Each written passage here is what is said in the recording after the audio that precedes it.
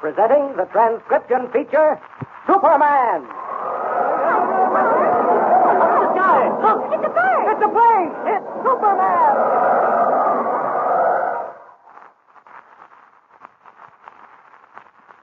And now, Superman, strange visitor from the planet Krypton, who has come to Earth with physical powers far beyond those of mortal men. Superman, who can leap tall buildings at a single bound, bend steel in his bare hands, race a speeding bullet to its target, and who wages a never-ending battle against crime and oppression, disguised as Clark Kent, mild-mannered reporter for a great metropolitan newspaper. When we last saw him, Kent, as Superman, had captured the Yellow Mask and turned the master criminal over to the police. Returning to the Daily Planet, he was informed by Lois Lane that editor Perry White wanted to see both of them in a hurry. As our story opens today, Kent and Lois are outside Editor White's office, waiting to be announced. Listen. Yes? Clark Kent and Lois Lane?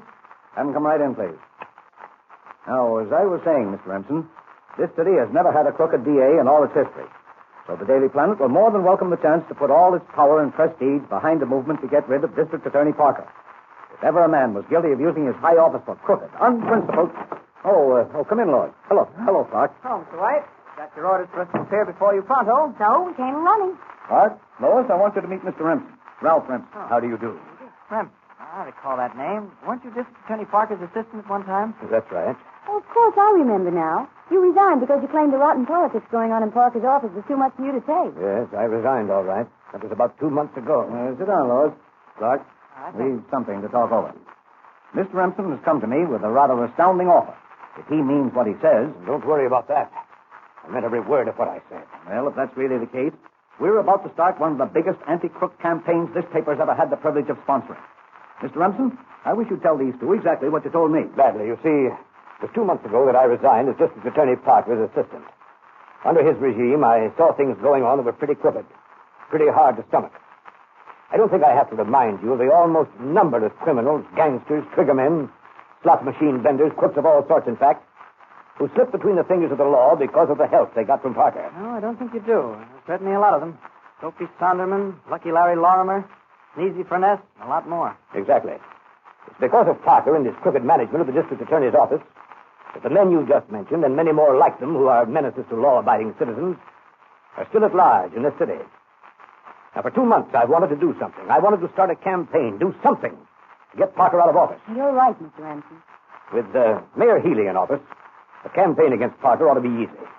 You know Mayor Healy's reputation. Sure, the cleanup mayor. Dedicated himself to having the cleanest city in the world. Right. Now, I've talked with Mayor Healy. He's as anxious to get Parker out of office as any other. Huh? But there's one hitch. Oh, and what's that? The people themselves. You see, it's only those of us who are on the inside who know what Parker really is. The general public thinks of him as a philanthropist, a generous charity worker. He's built up that reputation, of course, merely as a blind. Before Mayor Healy can do anything, we've got to expose Parker to the people for what he really is. And how do you propose to do that, Mr. Remsen? Simple. I worked in Parker's office as Parker's assistant for a long, long time. I kept my eyes and ears open. I'm in a position now not only to make definite charges against District Attorney Parker, but I can back up those charges with substantial proof. Well, I've got everything that could possibly be needed. Signed letters, photostatic copies of checks given to Parker by well-known criminals, a photostated copy of his account book up to 2 months ago, and a lot more proof if we need it. You see, Clark, Lois, Remsen's idea is for the Daily Planet to start an anti-Parker campaign. You two will write the story for the information Remsen gives you. Huh? It's the greatest chance we've ever had to do the public a real service, and I'm all for it. Say nothing of the boost in circulation, eh, Chief? Well, that does enter into it, of course. A newspaper's lifeblood, so to speak, is its circulation. Oh, Mr. White. Now, wait a minute. I didn't mean that as a pun, young woman. You both know as well as I do that the better our circulation, the more advertising we get. And we depend on that advertising to keep us going. However, the important thing is not only to get Parker out of office, but if possible to put him behind bars as well. If ever a man deserved prison for what he's done... You're quite right, of course. Well, when do we get to work? The sooner the better. What's the matter with right now? Okay with me. Me too. Fine. You can get all the dope you need for your first article from Remsen and have it ready for the early edition. We'll print the story tonight and have it on the streets in the morning. Oh, hold on. Not so fast, Mr. White. I'm afraid you'll have to give me a little time to get my stuff prepared. It won't take you long to get enough material together for one article, will it? Don't forget, I have a lot of other things to do as well. However, I believe I can have enough material for the first article against Parker ready by about Shall we say 4 this afternoon? Suits me. Lois and I have a date for dinner and the theater afterwards. But we can whip out an article between 4 and 7 without half trying. Okay with you, Lois? Sure thing. Good. Then let's all meet in my office here at 4 o'clock this afternoon. All right. Mr. Remsen, I can't tell you how indebted I am to you for the chance you're giving us. A chance to do a really great service for the people of this city. All right, then, 4 o'clock this afternoon here in my office. 42, 43, 44, 45, 46, 7. Brownie, will you, for heaven's sake, stop playing with that yo-yo? Oh, D.A., look what you went and made me do. I bet I could have gotten up to 100 on my yo-yo if you hadn't interrupted. I don't pay you to play with a yo-yo. Now put it away. What's eating you, D.A.? Well, I remember the time I could sit here in your private office and play with the yo-yo all day long. All right, You remember the day I almost broke 100? I got up to 85 and then a string broke. I bet I could have broken If you don't stop talking. Gee, I'm sorry, D.A. You are upset, ain't you? Upset is hardly the word for it. I'm in a spot, and for once in my life, I don't know what to do about it. Who's bothering you, D.A.? Just give me his name and address. No. This is one thing that can't be handled by strong-arm methods. Brownie, the doc was in to see me this morning. Yeah, that's one of the guys that's sort of keeping near to the ground for you, ain't it? Yes. He told me something that set me to thinking. Yes? The Daily Planet is starting a campaign to get me out of office and put me behind bars. The Daily Planet, eh? That's simple. I just mosey up, pay the editor a little visit. Haven't I just told you it's not as simple as all that? We're not dealing with one person now, Brownie. We're dealing with a newspaper, a great corporation. I wouldn't be unduly worried about it. I've been through this sort of thing before. Except... Yeah, except what? Brownie, the man who's supplying the material for these articles is none other than Ralph Remsen. Remember him? Oh, I say, there was a guy. He was the straightest guy I ever met. Say, you remember the arguments you used to have and how he finally quit? Yes, I remember. I remember only too well. If it were anyone but Remsen, we might be able to buy him off. Well, what's wrong with bumping him off? Can't do that. He's probably turned over all the material he's got to the newspaper. No, Brownie, this seems to be one problem that has no answer to it. One riddle that seems to have no solution. Well, my opinion... Wait a minute. Come in. I said come in. See who it is, Mr. Brownie. Okay.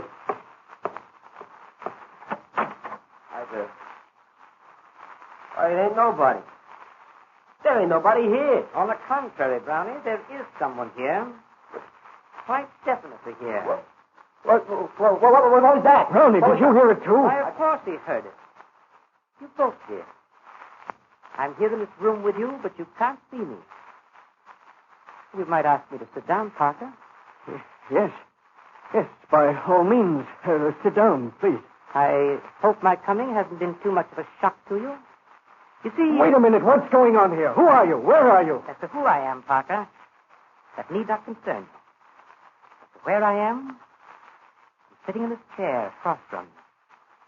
You cannot see me because I am invisible. I'm getting out of here. Where's me yo-yo? Stay where you are, Brownie. You're not going to be hurt. As a matter of fact, I've come here, Parker, to offer my services to you. Your services? In this matter of the newspaper campaign that's getting underway. Oh, that. You need my help, Parker. You're powerless to prevent the Daily Planet from printing that story alone. But I can prevent them from printing it. How? Leave that to me. The question is, are you willing to pay for whatever help I can give you? Certainly I'm willing to pay. But see here, what's this gag about being invisible? How could anybody, possibly by the greatest stretch of the imagination... I will only say, Parker, that there is nothing supernatural about it. I make myself invisible by means of a trick. What that trick is shall, of course, remain a secret with me.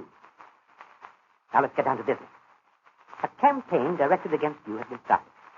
If it is not stopped, it will surely wreck your career and ruin you forever. Only I can stop it. How much are you willing to pay? How much do you want?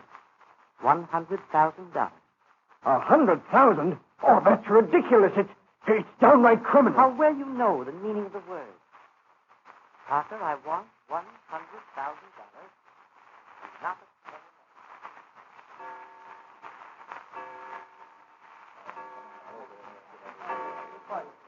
Now you're sure, you two, that Remsen has given you enough material for the first article against District Attorney Parker? I think so, Chief. It's all about the Lucky Larry Lorimer case. photographer's working on the photostats of certain checks and things now. Lois and I'll finish the article at just about the time the pictures are ready. Now, don't worry. Story will break tomorrow morning without fail. Don't forget to get in that bit about the fixed juryman. Oh, I've got a note of that right here, Mr. Remsen. Good. Lois, you mustn't forget we had a dinner and theater date together. The quicker we get started on this article, the better. Quite so. And when you finish it, you can tear it up. What under the sun? Who said that? Didn't somebody say... Well, either I heard a strange voice in this room or I'm going crazy. No. You did hear a strange voice. Who said that? I did, Mr. Kent. Who are you? Where are you? I'm standing behind Editor White's chair. Great Scott! As to who I am, gentlemen, Miss Lane, prepare to do business with the Invisible Man. What strange mystery surrounds the Invisible Man? By what trick does he make himself invisible? And how does he intend to stop our friends from publishing their articles about District Attorney Parker? Be sure to hear the next thrilling and mystifying episode of this story with Superman. And remember, tune in the next thrilling installment of the transcription feature, Superman. Up in the sky! Look! It's a plane! It's a plane! It's Superman!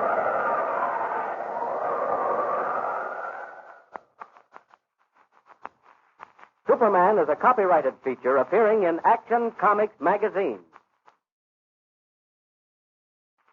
Presenting the transcription feature, Superman.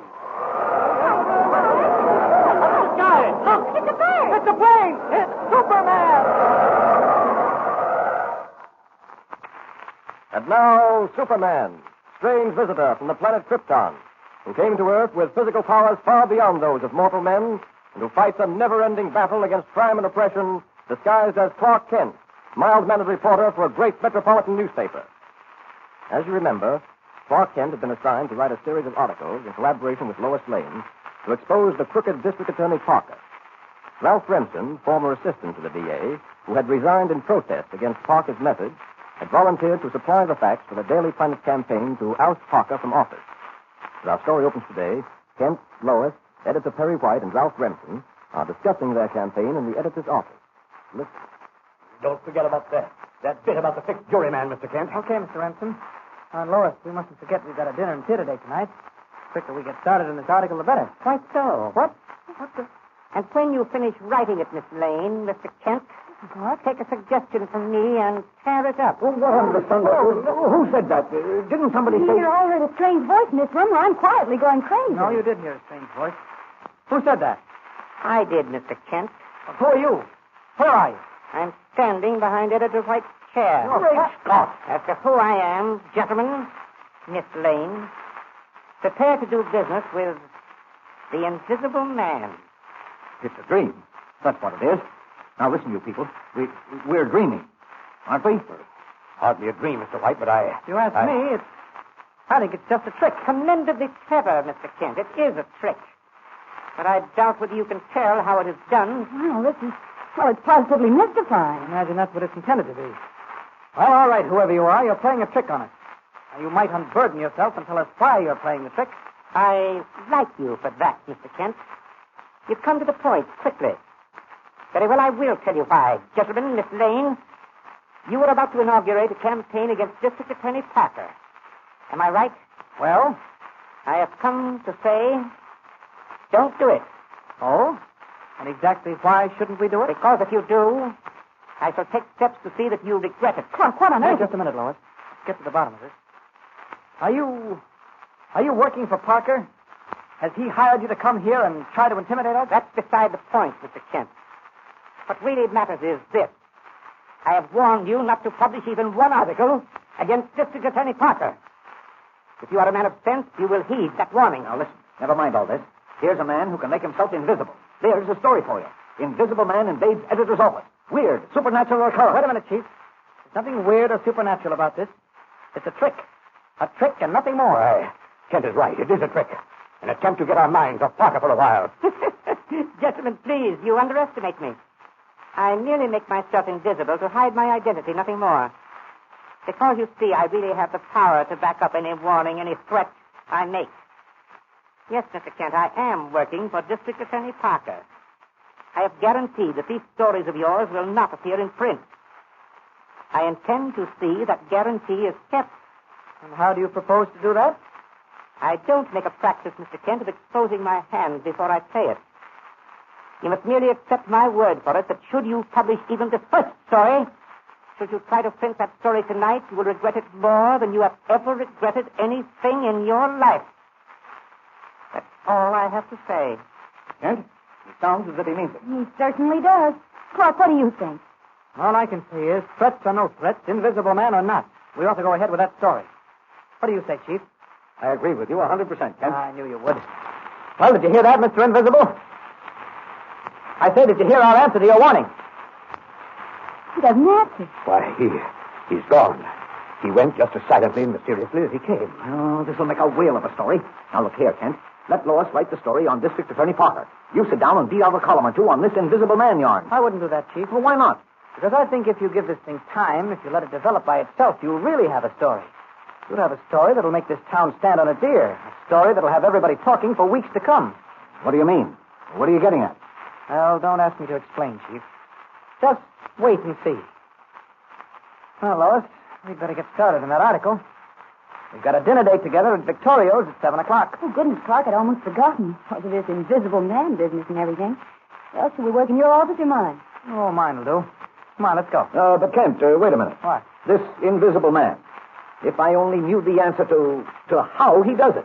When we learn that, then we will have something.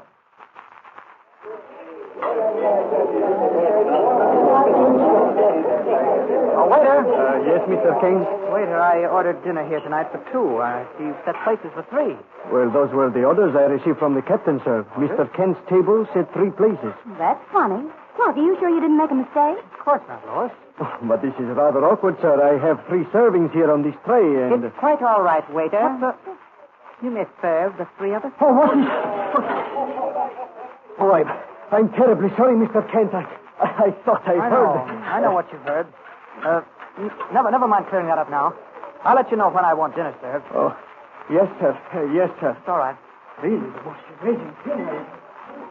So you even intrude at the dinner table, do you? Oh, so sorry, really, Kent, and of course, Miss Lane. Please do forgive me. But you see, I have your welfare so at heart. I'm so anxious that no harm should come Clark, to... let's get out of Take here. it easy, Lois. Don't let our invisible friend get on your nerves. Now, look here. This has gone far enough. So? Under ordinary circumstances, I'd be amused by this trick of yours, whatever it may be. But right now it happens that Miss Lane and I would like to eat our dinner in peace. So if you don't mind... No, but I do. Believe me, I regret the intrusion as much as you.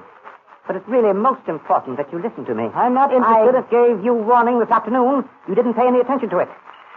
You went right ahead and wrote that article exposing District Attorney Parker as a crook, as a man who's used his office criminally. Now, honestly, I have a certain regard for you two. I don't want to see anything happen to you. Indebted, I'm sure. But something will happen if you persist in taking this thing lightly. Now, please, reconsider.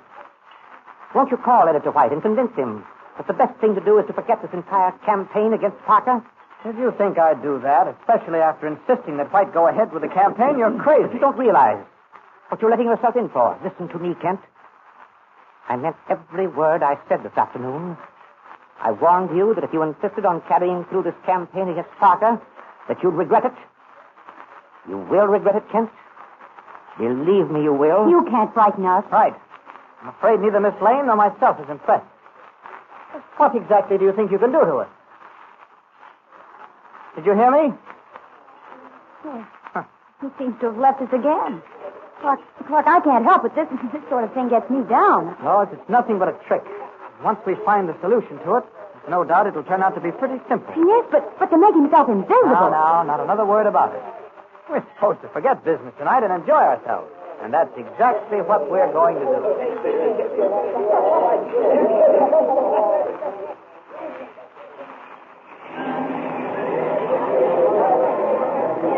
I don't think he was quite in character during the last part of that. This is one of the most exciting plays I've seen in years. The way she's so...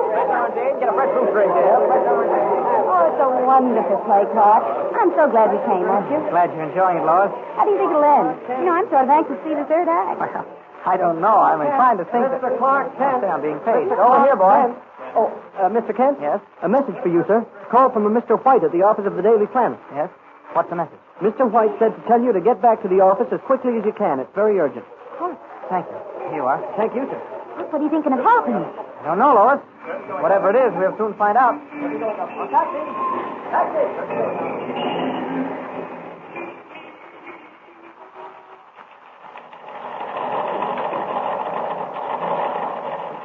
I don't know, Remsen. We'll see what Kent has to say when he gets here, if he ever does. But you can't kill that story now, Mr. White. You owe something to the public, to the people who have bought your paper year in and year out. You can't let anything stand in the way of exposing Parker for what he is. Well, you saw the note the invisible man sent me, Remsen. I can't afford to take chances. Well, all I can say... Oh, here come Kent and Lois Lane now. Oh, Chief. Well, what's the trouble? Well, whatever it is, it better be important. We missed the third act of a play to come here. You will find it important, all right. Here, have a look at this, Kent. Huh? Oh, no, then. Yeah, from the invisible man. Oh, what's it say, Clark? Let's see. My last warning. Start your presses tonight and you won't print another story for weeks to come. Huh. I wonder what he means by that. I don't know exactly what he means, Kent, but I do know this. I'm worried. If he can make good this threat of his, if he can actually prevent us from putting another edition on the streets for weeks, well, then I'm scared and scared plenty. If we miss one edition, just one edition, Kent, well, you know what it means to us financially. We can't afford to take chances. I know what it means, all right. Start your presses tonight and you won't print another edition for weeks to come. Eh? I have a mind to find out exactly what the invisible man can do. Just how important his threats and warnings are. What do you mean, Kent? I mean, I wouldn't let him bulldoze me, Chief. We've started this campaign against District Attorney Parker and his crooked regime. Well, let's go through with it. I say whatever happens, start printing that story for the morning edition. I say get those presses started. He's right, Mr. White. If we miss this chance to put Parker where he belongs, we'll never get another one. Clark's definitely right. Let's start those presses. But the warning. Never mind the warning, sir. Let's start the presses and see what happens. All right, we'll do it. Well, Joe. Yes, sir. Start your presses for the morning edition. Right, sir. Start the presses. Start the presses.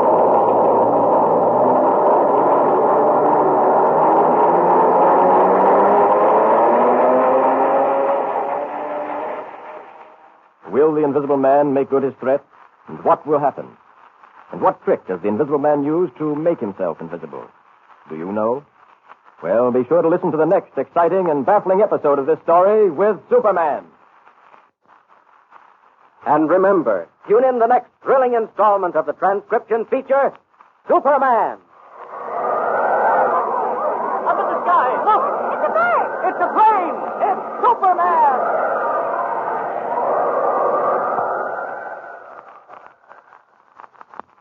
Superman is a copyrighted feature appearing in Action Comics magazine.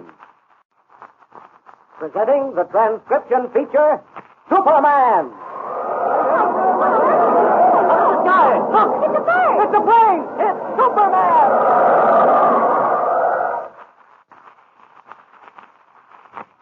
And now, Superman, strange visitor from the planet Krypton, who came to Earth with physical powers far beyond those of mortal men, and who fights a never-ending battle against crime and oppression, disguised as Clark Kent, mild-mannered reporter for a great metropolitan newspaper. As you remember, Kent and Lois Lane had been assigned by editor Perry White to write a series of articles for the Daily Planet's campaign to oust the crooked District Attorney Parker from office. The facts for this expose were to be supplied by Ralph Remsen, former assistant DA, who had resigned in protest against Parker's methods. When we last saw them, they were surprised by a baffling obstacle, an invisible man, who, although he could not be seen, talked with them and warned them against publishing the expose. As our story opens today, Kent has just returned to the city room of the Daily Planet, where he finds Editor White and Remsen greatly excited. Listen. Here, read this note, Kent. It arrived from the invisible man only a short while ago. Let's see. My last warning. Start your presses tonight and you won't print another story for weeks to come. Huh. You know, Chief, I've half a mind to find out exactly what the invisible man can do.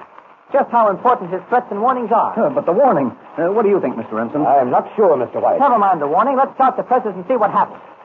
All right, we'll do it. Joe? Yes, sir? Start your presses for the morning edition. Okay, Mr. White. Start the presses. Start the presses.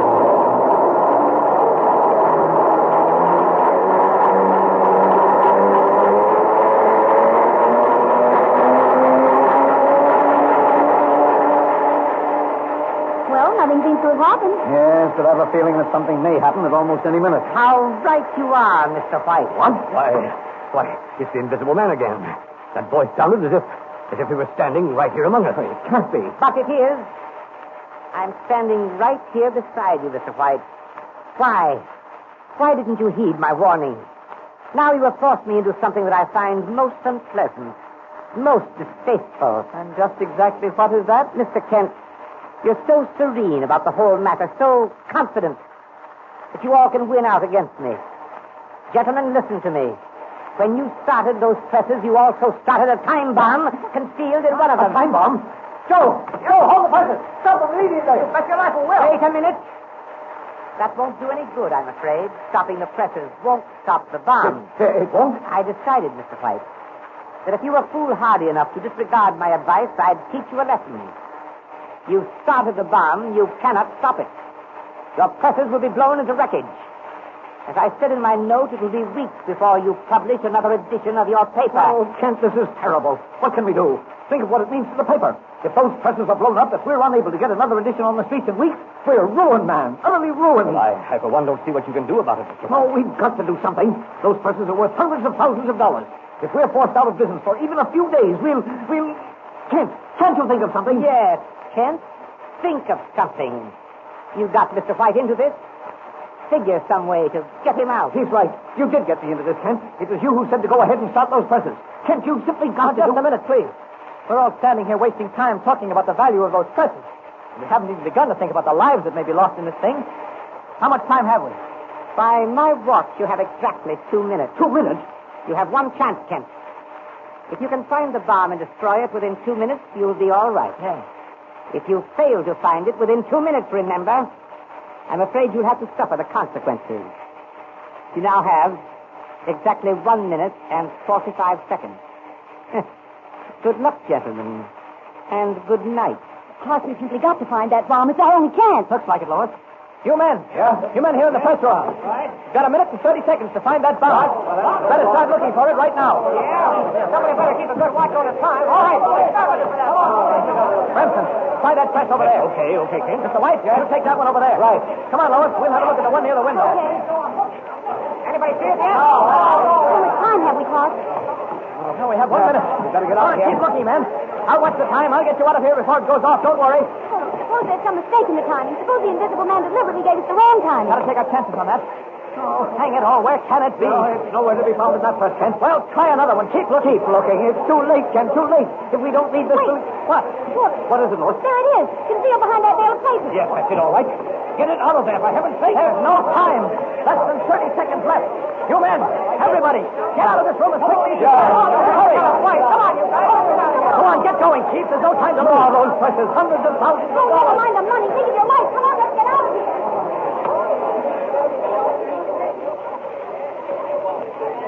All right, folks. Everybody's out of there now. Are you sure of that, Yes, Remsen? closing both these doors. Come on, give me a hand. Come on. Wait. Where's Clark? I don't see Clark. Why, he's among the men somewhere. I saw him come out. I'm sure of it. But I don't see him. Clark! Clark! Kent! Where are you? Clark! Clark! 15 seconds and that bomb will go off. No time to fly out the window with it. And I can't get rid of it any other way. Well, only one thing to do. I'll have to cover it with my body. As Superman, it can't harm me. Well, here goes. Now, there we are. Only a second to go. Could I have missed time? Oh. Well, that's that.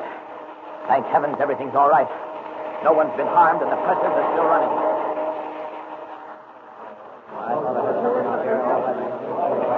Sounded like the bomb to me. Why, it couldn't have been anything else. It was kind of muffled. There hasn't been any other explosions. Yeah, it was muffled. Maybe something went wrong with it. Do you think we can go in now? Yes, I think we can chance it. Oh, Clark. There you are. I've been looking all over for you. I put a call through for the fire department. I thought we might be needing them. Right. I guess we can go in and see what damage has been done. All right, Joe. Yeah? You can open the doors now. Yes, sir, Mr. White. Why, look. There's a hole blown in the floor. That seems to be about all the damage that was done. I can't understand it. It was no small bomb that blew that hole in the floor. Why didn't the explosion blow those presses into smithereens? That is odd, isn't it? Well, whether it's odd or not, the important thing is no harm was done. The presses are still running, Chief. And it looks as if we'll make the morning edition. At least the first expose of District Attorney Parker will reach the public in time. The mayor will see you in a very short while. Thank you. Yes, sir. Well, it begins to look as if we're making a little headway. We've published 2 stories about District Attorney Parker, and the third is in the presses now. With Mayor Healy's help, we can't fail to get Parker indicted and put where he belongs. There's just one thing that worries me, Remsen. Yes, what's that, White? I had a call from Parker this morning, threatening to sue the paper for libel. Are you sure you can prove the statements that we've been making? You're sure the documents you've shown me are authentic? Absolutely. There's no doubt of it, Chief. If Remsen here will excuse my saying so, I've taken the trouble to check on some of them. I didn't think it would do any harm. Not at all, Ken. Well, the thing that gets me is that invisible man. Now, you people can talk all you want about being a trick, but that voice gives me the willies.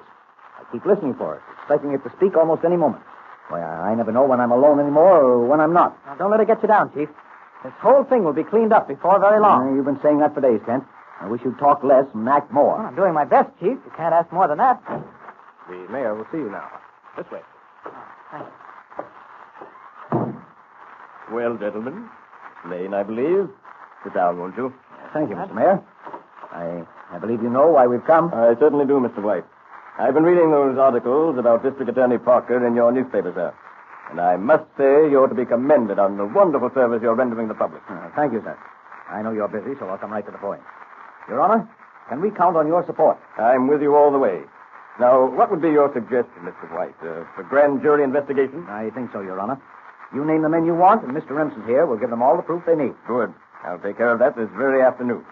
And now, gentlemen, Miss Lane, you know I'm a very busy man, and I... Certainly, sir. We won't take up any more of your time. Oh, I'm afraid you'll have to. What was that? Did someone say something? It's the invisible man again. The what? The invisible man, Mr. Mayor. No time to explain now. Mr. White can do that later. What is Your this Honor, nonsense? I have only one thing to say to you. Don't form a grand jury. Don't support this investigation. In the name of... Who is this person? What is... I said I had no time to go into that. However, believe me when I say that if you support this campaign against District Attorney Parker, you'll be doing yourself a great injury, an injury, Your Honor, from which you will never recover. Whoever you are, sir, I'm not to be intimidated. I've been through this sort of thing before. It's been my experience that most threats have no foundation. You'll find this one has. I'm no coward, sir, whoever you are. I have a duty to the people of this city which I intend to fulfill. You can't frighten me. Your phone will ring in a moment or two. We'll wait until you receive the message I know is coming. And then we'll see what your answer is. I might even go so far as... I dare say that's the call now. Pick up the phone, Mr. Mayor. You... Your phone is ringing, Mr. Mayor. Hello? Yes, this is the mayor speaking. What's that? Yes? Yes? Thank you. Yes, goodbye. Mr. White, I'm afraid you'll have to carry on your investigation without my help. There is nothing I can do for you. What message did the mayor receive by telephone? What made him change his mind? And by the way, have you solved the riddle of the invisible man? Be sure to listen to the next thrilling and mystifying episode of this story with Superman. And remember, tune in the next thrilling installment of the transcription feature, Superman. Up in the sky, look! It's a plane! It's a plane! It's Superman!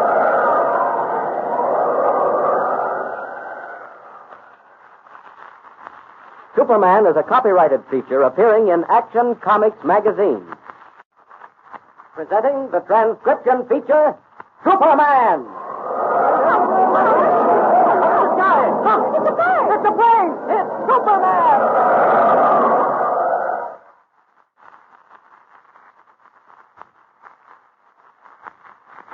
And now, Superman, strange visitor from the planet Krypton, who came to Earth with physical powers far beyond those of mortal men, and who fights a never-ending battle for truth and justice, disguised as Clark Kent, mild-mannered reporter for a great metropolitan newspaper. As you remember, Editor White, Kent, and Lois Lane were engaged in a campaign to oust District Attorney Parker from office, with information provided by Ralph Remsen, former assistant to Parker, who had resigned in protest against the DA's crooked policies. A baffling obstacle confronts them now. An invisible man who, though he cannot be seen, warns them against going through with their campaign. The invisible man has already attempted to blow up the Daily Planet, in which, however, he was thwarted by Superman. When we last saw them, Editor White, Kent, Lois, and Remsen were in the office of the mayor, who had just pledged his support, when the voice of the invisible man warned him to have no part in it. Listen. Don't be misled, Mr. Mayor, into thinking that because I'm invisible, I can do you no harm. This is preposterous. Look here, you people. Is this some sort of stupid trick you're playing on me? Some joke that I wish it were only a joke, Your Honor. That voice you hear is the voice of the invisible man. Ridiculous, Mr. White. There can't be such a thing as an invisible man. It does sound ridiculous, doesn't it? Of course, Mr. Remsen. But we know there is an invisible man. I'm afraid Mr. Remsen is right, Your Honor. You see, we've heard that voice before. The first time was in Editor White's office. Yes, and then Mr. Kent and I heard it while we were having dinner in a restaurant. The invisible man actually sat down at the table with us. And now, Mr. Mayor, you hear my voice here in your own office. Incredible. It's some trick. It must be. Trick or no trick, Your Honor, be warned in time. Give your assistance to this campaign against my friend, District Attorney Parker, and you'll regret it. I refuse to be intimidated. I shall certainly give my support to any campaign... Wait, please. In a moment, Mr. Mayor, your telephone will ring. After you have answered the telephone, you will change your mind. Ridiculous. Utterly ridiculous. I certainly don't... Mr. Kent, what are you doing at that closet? What right have you, sir, to open that closet and examine the inside? Yes, Clark. What's the idea? Well, nothing, Chief. I was just sort of looking around. Looking for what, sir? Why, I don't know, a dictaphone or a... The telephone. Yes, Your Honor, your phone is ringing. Pick it up and answer it. Or perhaps you are afraid. Afraid? Why should I be afraid? Hello? Yes, this is the mayor speaking. Oh, yes, my dear. What's that? Yes? Yes? I see. Gentlemen, Miss Lane, I'm afraid I must withdraw my support. There is nothing I can do for you. But, Mr. Mayor... A phone call, Mr. Mayor. What was it about? Let me answer that. That was the mayor's wife. She called to tell him that she and her young daughter had just been in an automobile accident. No, she knew all the time. An accident, Mr. Mayor, from which they barely escaped with their lives. A truck crashed into their car. Wasn't that it? Yes. That was it. Gentlemen, Miss Lane, I hope you understand. I'm no coward. But my wife, my little daughter, well, they mean more to me, far more than any political career. We can't blame you, sir. It's the human thing to do. What's that blasted invisible man? Kent. Yes, sir. A little while ago, you mentioned a dictaphone. Yes? You said there might be one concealed in this office. Well, I just had an idea that maybe... Your idea must be right. Mr. Mayor, I suggest we search this office and search it thoroughly. If we don't find a dictaphone or some such thing concealed around here, I'll be very much surprised. Mr. White, I think you've got something. Let's start looking for that dictaphone. Kent, suppose you search the next office very carefully. Right, sir. Mr. Remsen, you take that little office in there. All right, Mr. Mayor. Miss Lane and Mr. White will help me search this office. It's larger than the others and will take more time. Now, don't spare a thing. Search the closet, pull up the rugs. But be sure you leave nothing untouched. Oh, this is very amusing. No, Mr. White, not in that closet. Why not try the other? If I could get my hands on you... Desperately, isn't it? Perhaps I'm in the mold. Shut up, will you? Shut up! Oh, this is nerve-wracking. Oh, Mr. Benson, there's a couch in that office you're in. Look behind that. Don't worry, I will. Your Honor, Mr. White, Yes, Lois. I know where the invisible man is. No. I just saw the shadow of someone out there on the fire escape. I barely saw it, but there's someone on that fire escape outside the window. Lois, if you're right... Come on, White. Unless I miss my guess, this solves the mystery of the invisible man. Oh, wait. I have a gun in my desk. Yeah, there. Now then, White, you throw open the window, and I'll cover whoever's out there with this automatic. Right. All set? Yes. Then here goes. Don't move, you or I'll fire. Do you hear me? Clark! It's Kent. Oh, what on earth are you... Sorry if I've upset you. I was just doing a little investigating out here, and I thought... Never mind what you thought. How did you get out on this fire escape? You were in the other office. This fire escape doesn't reach to the window of that office. Why, it would take a Superman to leap across the space between. Well, you see, I came up from below. I went through your office. We didn't see you. No, you were too busy searching the room to notice me. I went below to the office under this one, got out on the fire escape and came up. And we thought you were the invisible man. And no doubt. You see how stupid you all were. That voice. The invisible man again. Will somebody give me a hand through this window, please? Okay, come on. You and your fire escapes. And his dictaphones, too. Friends, I hope you realize now that I can and do call the turn without the need of mechanical contrivances. I'm sure all of you can see the wisdom of giving up this campaign against District Attorney Parker. I don't know what to do. Well, I do. Yes, Benson? I haven't waited months for this chance to put Parker behind bars to throw it away now. I say, let's go ahead with this campaign. That's right. Bravo, Mr. Remsen. Most courageous. Also most foolhardy. I agree with Mr. Remsen. Let's go ahead with the campaign. I don't know about that. What's that, Kent? I say let's drop the whole business. Why, what do you mean, Kent? Kent, you certainly don't mean you'd be willing to give up this campaign to break a crook like District Attorney Parker? Why not, Chief? I'm a reporter, not a crusader. My job is to expose the news, not expose crooks. Now, you'll forgive my saying this, Your Honor, but if you yourself are afraid to support this campaign against Parker, well, why should we risk our necks? But the mayor's thinking of his family, his wife and daughters, not himself. Well, that's so, but... Well, where are we without the mayor's support? I'll tell you where we are, Kent. If the mayor can't help us, then the governor can. Lois, you and I'll drive upstate tonight and see the governor first thing in the morning. I'll get action on this campaign if it's the last thing I do. Hello? Yes, this is District Attorney Parker. Who? Oh, hello, Lucky. Yeah? Now, wait a minute, Lucky. Yes, I know all about the story in the Daily Planet. Well, what can I do about it? What? Now, wait a minute, Lucky. Don't get tough with me. What? All right. All right, goodbye. Oh, as if I could do anything to stop Remsen and frighten them. Come in. Oh, who the devil? Close the door, Parker. Oh, the invisible man again. Glad to see me, Parker? You've got a nerve showing... Well, not showing your face around here. Relax, Parker. You've got nothing to worry about. Yeah, that's what you said last time. And between then and now, 2 stories have been published in the Daily Planet. I know, but... There are no buts. Now get this. I promised you $100,000 to do this job. Fail me and you don't get a cent. Not 1 red cent. Listen to me, Parker. I've come to let you know that the campaign against you is as good as finished. I'll believe that when I read it in the papers. Or rather, when I don't read it. I mean what I say.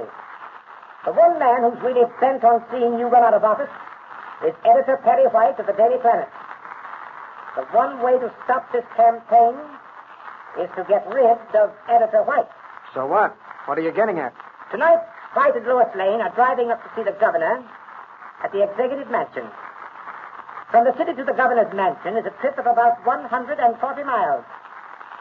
I have so arranged it that something will happen to their car at exactly the 100th mile. 100th mile? What have you done? Placed a bomb in the car? No, Parker. Nothing as crude as that. Oh, I get it. You're going to have a truck crash into them or something, huh? No, that might not succeed.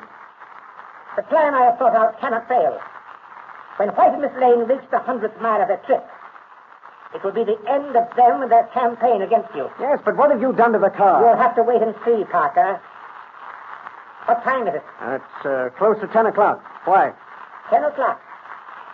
White and Lois Lane left about 2 hours ago. They should be nearing the 100-mile mark of their trip right now.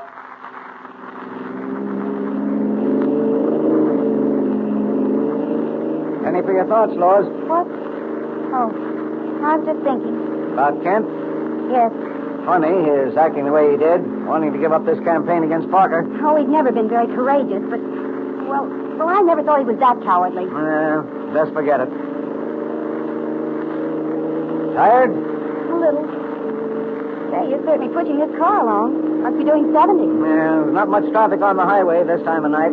How far do we still have to go before we reach the executive mansion? About 40 miles, I'd say. Let's see. Yeah, the 100-mile mark is just coming up. Another 1.25 miles, and we'll have covered exactly 100 miles. Another 1.25 miles, and our friends will reach the 100-mile mark. What will happen? What has the Invisible Man done to Editor White's car? And will Superman be able to help Lois and White? Be sure to hear the next exciting episode of our story with Superman. And remember, tune in the next thrilling installment of the transcription feature, Superman. Up in the sky, look! It's a plane! It's a plane! It's Superman!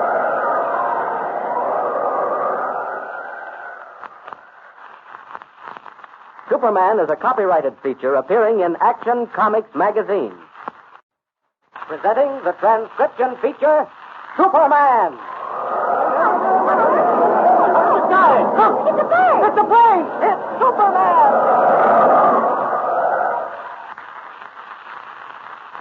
And now, Superman, strange visitor from the planet Krypton, who came to Earth with physical powers far beyond those of mortal men, and who fights a never-ending battle against crime and injustice, disguised as Clark Kent, mild-mannered reporter for a great metropolitan newspaper.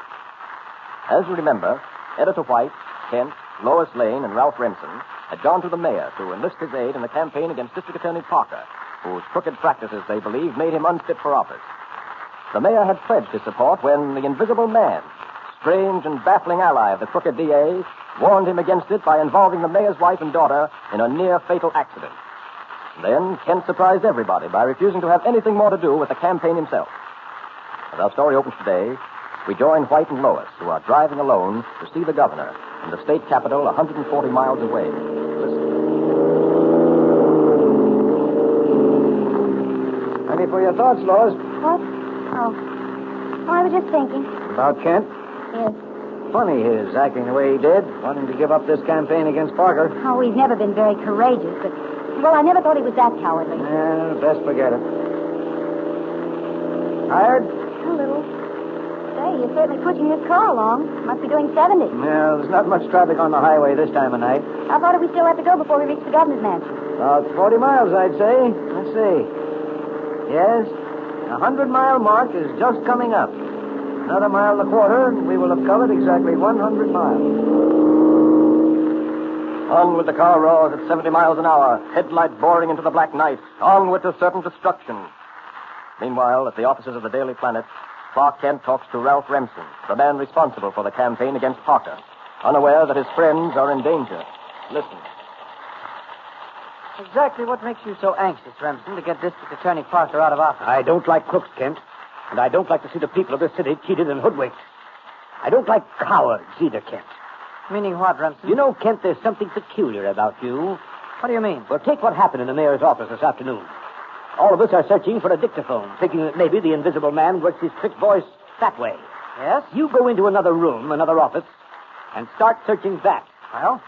The next thing we know, you're out on the fire escape. And to get to that fire escape from the other room, you'd have to leap 20 feet through space. Ah, I explained that, Remsen. I merely walked through the mayor's office, went downstairs to the office just below the mayor's, and came up again by way of the fire escape. Yes. But for one thing, I didn't see you come through the mayor's office. I've already said that all of you were too busy searching the place to see me. Maybe so. But if you wanted to examine that fire escape, why didn't you do it through the mayor's office? Why did you have to go downstairs and come up on the fire escape? Well, I thought... Yes, you thought what? Well, you see, Hello, everybody. Oh, hello, Jimmy. You know Mr. Remsen, don't you? Oh, I sure do. You're the man who's giving Mr. Kent and Miss Lane all the dope and Parker, aren't you? That's right, Jimmy. I've been looking for Miss Lane. Anybody know where she is? Oh, didn't you know, Jimmy? What? Lois and Editor White are on their way to the governor's mansion. They want to get the governor's help in his campaign against Parker. Oh. They left about 2 hours ago.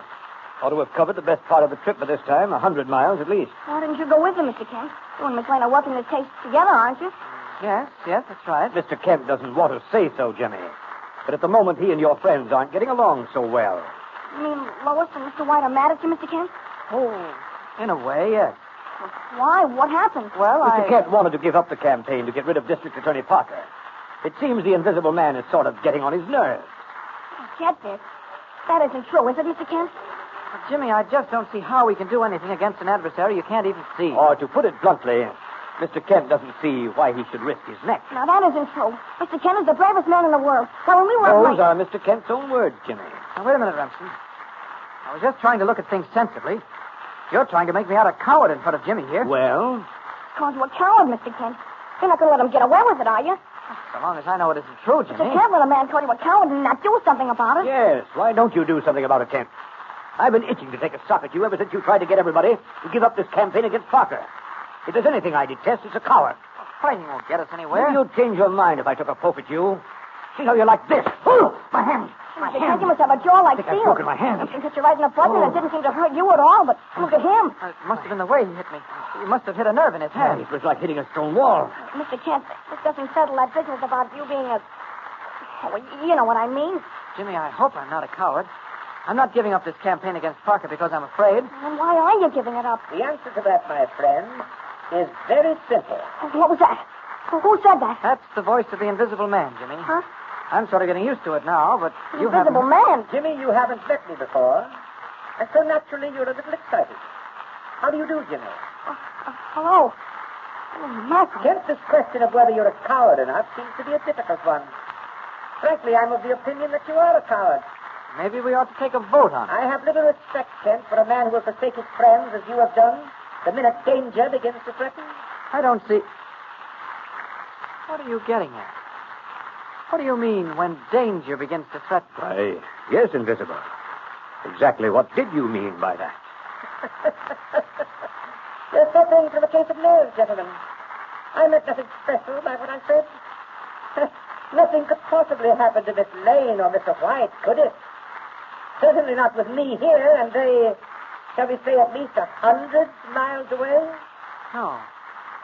No, I suppose not. Jimmy, what time is it? Just a little after 10. I've got to see the press room foreman right away.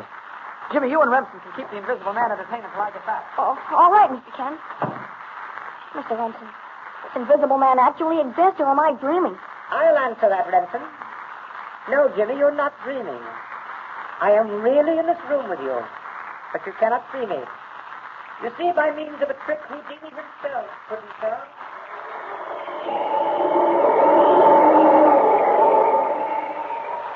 I may be wrong, but I'm afraid there was some implication in what the Invisible Man said about Lois and White being in danger. Just to be sure nothing happens to them, I'd better see if I can pick up their car. Now, there's the post road below me, like a silver snake in the moonlight. I don't see a car anywhere. Maybe the Invisible Man didn't mean anything at all by what... Wait. There are the headlights of a car. Far in the distance. Maybe White and Lois. I'd better pile on speed. Got a feeling that seconds may mean the difference between life and death.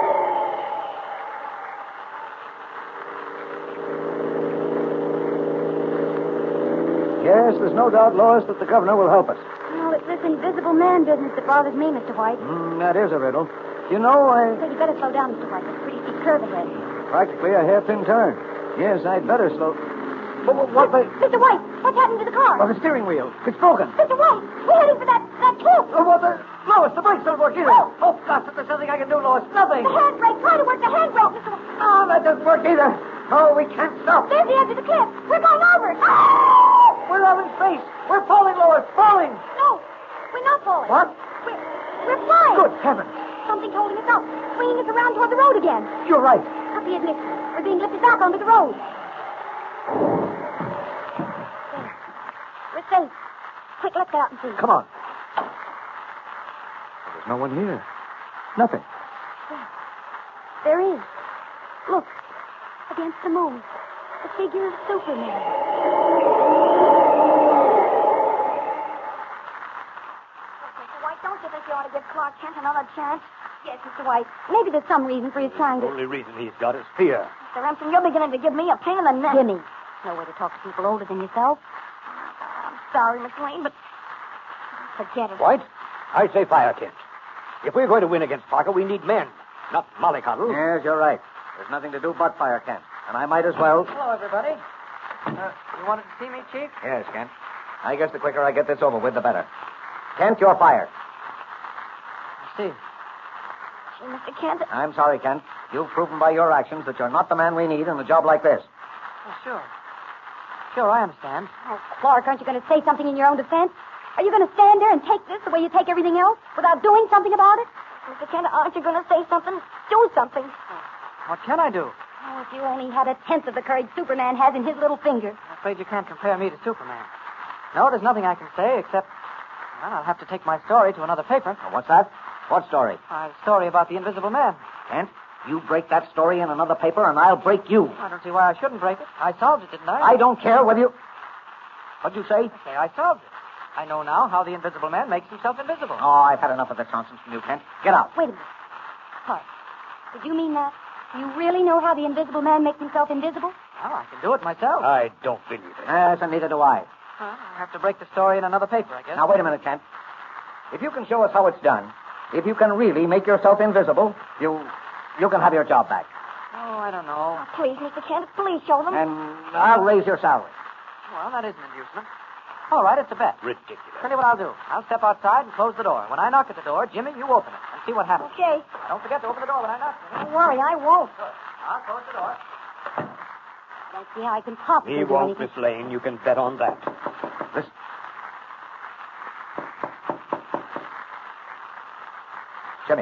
Jimmy, quickly, open that door.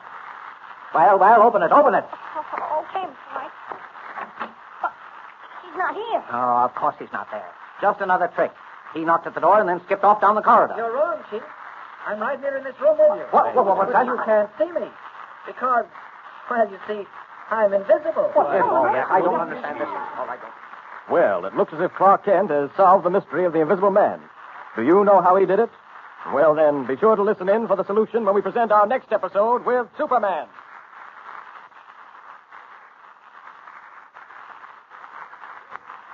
And remember, tune in the next thrilling installment of the transcription feature, Superman. Up in the sky. Look, it's a bird. It's a plane. It's Superman.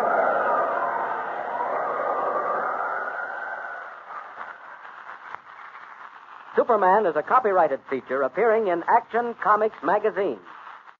Presenting the transcription feature, Superman. Look, it's a bird. It's a plane. It's Superman.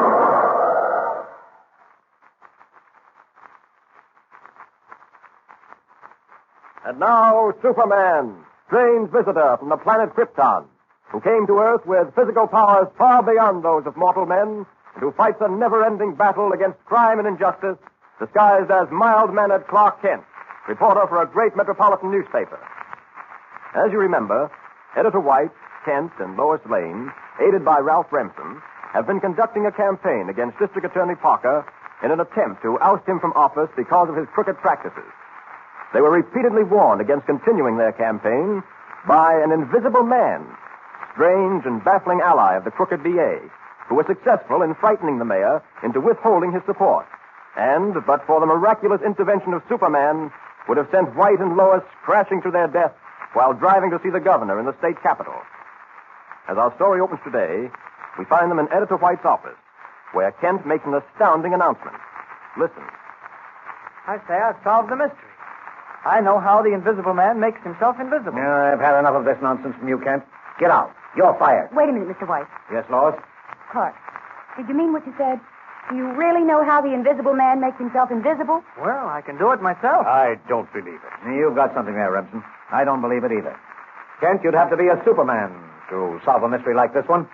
Well, you fired me, Mr. White, so I guess I'll have to break this story in another paper. Oh, no, Mr. Kent, please don't go. Show them you can do it. I believe you. Oh, thank you, Jimmy. Now, but- wait a minute, Kent. If you can show us how it's done, if you can really make yourself invisible, you can have your job back. Oh, gee, Mr. Kent, did you hear that? Oh, you'll be able to stay with us. You simply got to do it now. Oh, I don't know, Jimmy. Kent, I'll do better than that. I'll raise your salary. Well, that is an inducement. All right, it's a bet. Ridiculous. You'll never do it. You think not, Remsen? Well, I'll tell you what I'll do. I'll step outside and close the door. Now, when I knock at the door, Jimmy, you open it. And then see what happens. All right, Mr. Kent. Now, don't forget to open the door when I knock. Don't worry, I won't. Good. Now, I'll close the door. I don't see how I can possibly do Don't anything. worry, Miss Lane. He won't. Listen.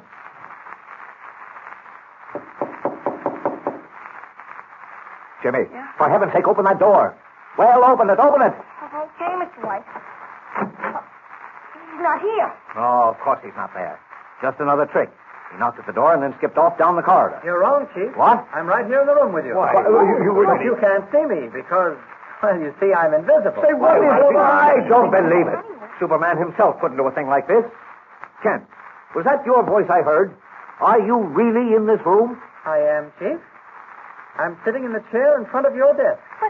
But we can't see you, Clark. Well, it's uncanny. No, Lois. It's not uncanny. It's just a trick. A trick even I can do. It doesn't take a Superman. Oh, but gosh, Mr. Kent, how could you make yourself invisible? Well, Jimmy, to tell the truth, I haven't made myself invisible. We can't see you. Well, of course you can't see me. I'm not here. Kent, before I go crazy, will you make sense? You are here. I can hear you talking to me from the chair in front of my desk. But merely because I've centered your attention on that chair. But the fact is that although I am invisible, I'm not invisible. Creepers. Oh, I am going out of my mind. He's invisible, but he isn't invisible. He's here, but he isn't here. Kent, will you, in the name of heaven, explain what this is all about? Why, gladly, Chief. It's all very simple. So simple, in fact, that I caught on to the trick from the very first. You mean you've known all along how the invisible man made himself invisible? I have, but no credit to me. I've known only because some time ago I did a series of articles on oddities in the world. You remember, Chief? Why, of course I remember. That series you ever did. But what in the world does that to do with... Excuse me. Yes, Remsen? I've got to go. I'm late for an appointment. Very important. Oh, don't go, Mr. Remsen. This will only take a few minutes. Yes. Sit down, Remsen. Well, Chief, as I was saying, you may recall that during that series of articles I did one on the magnificent ventrilo. Remember the celebrated ventriloquist? Sure, I remember that. Didn't he give you some lessons in ventriloquism, Mr. Kent? Yes, Jimmy. He did. Clark, you mean that the invisible man is... Exactly, Lois. The invisible man is nothing more than a darn good ventriloquist. I'm not so good myself. I wouldn't be able to fool you very long.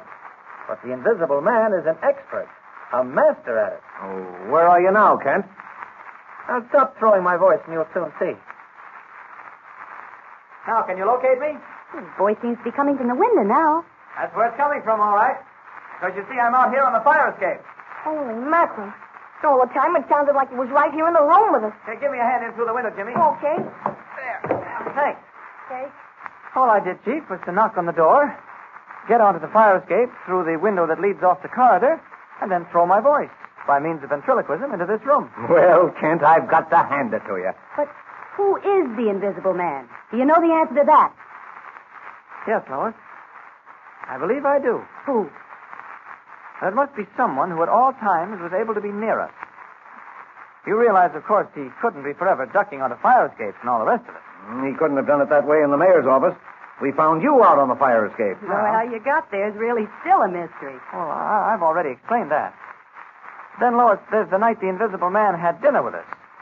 Actually, he was sitting at another table in disguise and throwing his voice toward our table. Oh, I see that now. Why, sure. And the night the presses were almost bombed, he must have been standing near us all the time. In fact, by George, as I see it, he practically always has been with us. Exactly. So only one person can be the invisible man. It's certainly not you, Chief, or Lois, or me, or Jimmy. So it must be Ralph Remsen. Why, preposterous. Utterly ridiculous. Better give up quietly, Remsen. If we can't make you talk, the police can. You weren't interested in helping the public. Your game was to squeeze money out of District Attorney Parker. What? You made a deal with Parker to protect him against the campaign you yourself had started. You figured it out very well, Kent. Superman, better be careful or you'll be running him a close second. But all your brain work will do you no good. What do you mean? This, Kent, he's got a gun. Don't point that gun at me. I'm deathly afraid of firearms. Are you? That's too bad. Put that gun down, or I'll faint. Look out, Kent's fainting. Keep falling. What the devil? He's fallen with his arms around my leg. Look here, you. Just stand where you are, you others. Oh. Look out, you fool. You're tripping me. Look, Mr. White, Remsen's falling. Right, Jimmy. Oh. Well, that's that. Nice work, Mr. White. They clipped him on the jaw just as he was falling. Yes, and I've got his gun now, too. It's a good thing you fainted, Kent. If you really did. Did I faint? But why did It's I... all right, Kent. It's all right. Now, you three wait here till I get back. Come on, Remsen. I'm turning you over to the police right now. Go on. Get moving. Well, we had some excitement there for a while, didn't we? My Lord. Why are you looking at me so funny? I sometimes wonder about you, Clark Kent. Yes, I really do.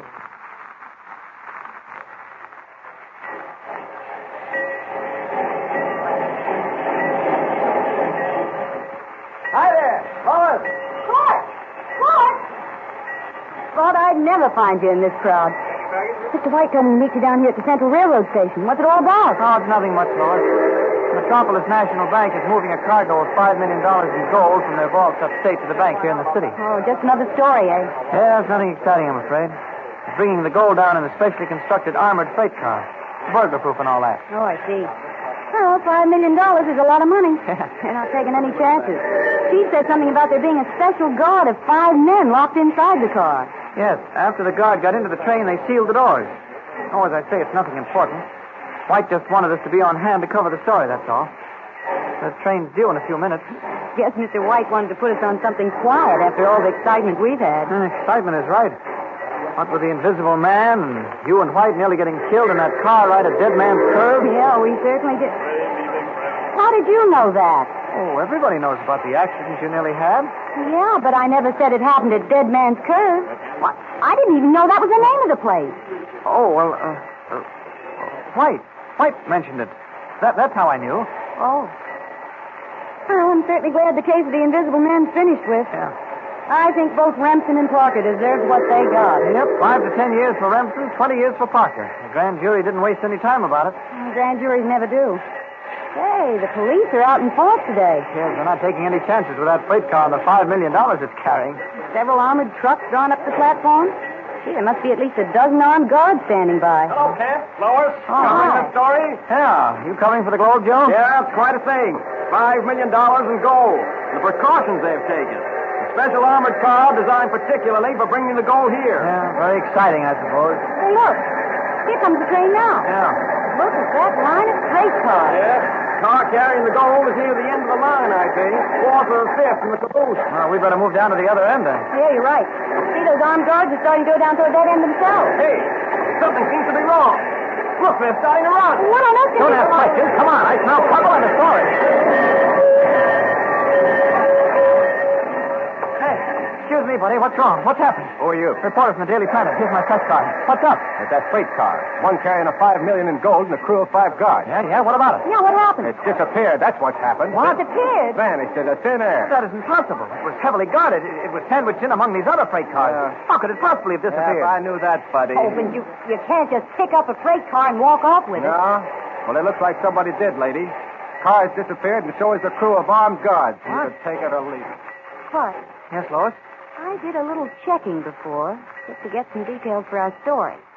And that freight car was still sandwiched in among those other cars when this train pulled out from Bolton. Yeah? Bolton's only 20 miles away, and this train never stops between there and here. This thing can't have happened, Clark. No one could have stolen that freight car. It's absolutely impossible. It looks as if someone has found a way to make it possible, Lois.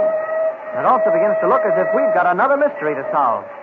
Yes, one of the most baffling mysteries we've ever come across. What is the answer to this seemingly impossible mystery? How could the special armored freight car with a crew of 5 armed men disappear into thin air? See if you can figure it out for yourself. And be sure to listen to the next episode of our mystifying news story with Superman. And remember, tune in the next thrilling installment of the transcription feature,